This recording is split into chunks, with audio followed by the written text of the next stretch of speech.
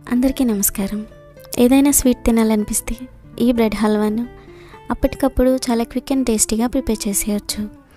ఇది వేడిగా తిన్నా లేదా కూల్గా తిన్నా టేస్ట్ మాత్రం చాలా బాగుంటుంది. ఈ రెసిపీ కోసం ముందుగా 10 నుంచి 12 బ్రెడ్ స్లైసెస్ తీసుకుని 4 వైపులా కూడా ఎడ్జెస్ను కట్ చేసుకోవాలి. బ్రెడ్ని ఒక అరగంట సేపు ఫ్రిడ్జ్లో పెడితే బ్రెడ్ అనేది కొద్దిగా గట్టిగా అవ్వి మనం కట్ చేసేటప్పుడు విరిగిపోయి పొడైపోకుండా చక్కగా స్క్వేర్ షేప్లోకి కట్ అవుతాయి. ఇలా కట్ చేసుకున్న బ్రెడ్ స్లైసెస్ అన్నీ కూడా వేరొక ప్లేట్లోకి తీసి పక్కన పెట్టుకోవాలి. ఇప్పుడు స్టవ్ ఆన్ చేసి పాన్ పెట్టుకుని 3 టేబుల్ స్పూన్ల నెయ్యిని హీట్ చేసుకోవాలి. నెయ్యి మొత్తం కరిగిన తర్వాత 15 నుంచి 20 జీడిపప్పుల పలుకులు వేసుకుని 1 నిమిషం పాటు లైట్గా ఫ్రై చేసుకోవాలి. ఇవి కొద్దిగా ఫ్రై అయ్యేటప్పటికి 10 నుంచి 15 కిస్మిస్లు కూడా వేసుకుని ఇవి రెండు కూడా బాగా దోరగా ఫ్రై అయ్యి లైట్ గోల్డెన్ కలర్ వచ్చేంత వరకు ఫ్రై చేసుకోవాలి. ఇలా ఫ్రై అయిన వీటిని వేరొక బౌల్లోకి తీసి పక్కన పెట్టుకోవాలి. ఇప్పుడు అదే పాన్లో 1 టేబుల్ స్పూన్ నెయ్యిని యాడ్ చేసుకోవాలి.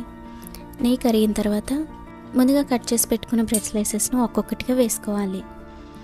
బ్రెడ్ స్లైసెస్ అన్నీ కూడా ఒకేసారి ఎక్కువగా వేసేయకుండా బ్యాచెస్ వైజ్ కొద్దిగా వేసుకొని ఫ్రై చేసుకోవాలి.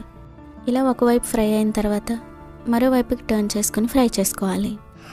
ఇలా రెండు వైపులా ఫ్రై అయిన తర్వాత ఈ బ్రెడ్ స్లైసెస్ అన్నీ కూడా వేరొక ప్లేట్లోకి తీసి పక్కన పెట్టుకోవాలి. అలాగే మిగిలిన బ్రెడ్ స్లైసెస్ అన్నీ కూడా కొద్దిగా నెయ్యిని యాడ్ చేసుకుని బ్యాచెస్ వైజ్ వేసుకొని ఫ్రై చేసుకోవాలి. ఇప్పుడు అదే పాన్లో 1 కప్పు వరకు వాటర్ని యాడ్ చేసుకోవాలి. వాటర్ కొద్దిగా వేడైన తర్వాత 1 కప్పు పంచదారను యాడ్ చేసుకోవాలి. మనం తీసుకున్న బ్రెడ్ క్వాంటిటీకి 1 కప్పు పంచదార అయితే కరెక్ట్గా సరిపోతుంది. తీపి కొద్దిగా తక్కువ తినే వాళ్ళైతే 1/2 కప్పు పంచదార అయితే సరిపోతుంది. వేసిన షుగర్ అంతా కూడా వాటర్లో బాగా కరిగిపోయి మెల్ట్ అయిన తర్వాత ఈ పాకాన్ని మరీ తీగ పాకం కాకుండా మరీ లేత పాకంగా కాకుండా ఒకసారి ఇలా ముట్టుకుని చూసినప్పుడు ఇలా కొద్దిగా జిగురు కన్సిస్టెన్సీ వస్తే సరిపోతుంది. ఈ కన్సిస్టెన్సీ వచ్చినప్పుడు మంటను మీడియం ఫ్లేమ్లోకి అడ్జస్ట్ చేసుకొని 1 టీ స్పూన్ యాలకుల పొడి, ముందుగా ఫ్రై చేసి పెట్టుకున్న బ్రెడ్ స్లైసెస్ వేసుకొని ఇందులోనే ముందుగా ఫ్రై చేసి పెట్టుకున్న డ్రై ఫ్రూట్స్ని కూడా వేసుకొని కింద నుంచి పైకి స్లోగా మిక్స్ చేసుకోవాలి. ఇలా ఒక 5 నుంచి 10 నిమిషాల పాటు ఫ్రై చేసుకుంటే బ్రెడ్ స్లైసెస్ అన్నీ పాకాన్ని పీల్ చేసుకున్న తర్వాత స్టవ్ ఆఫ్ చేసి సర్వ్ చేసుకోవడమే.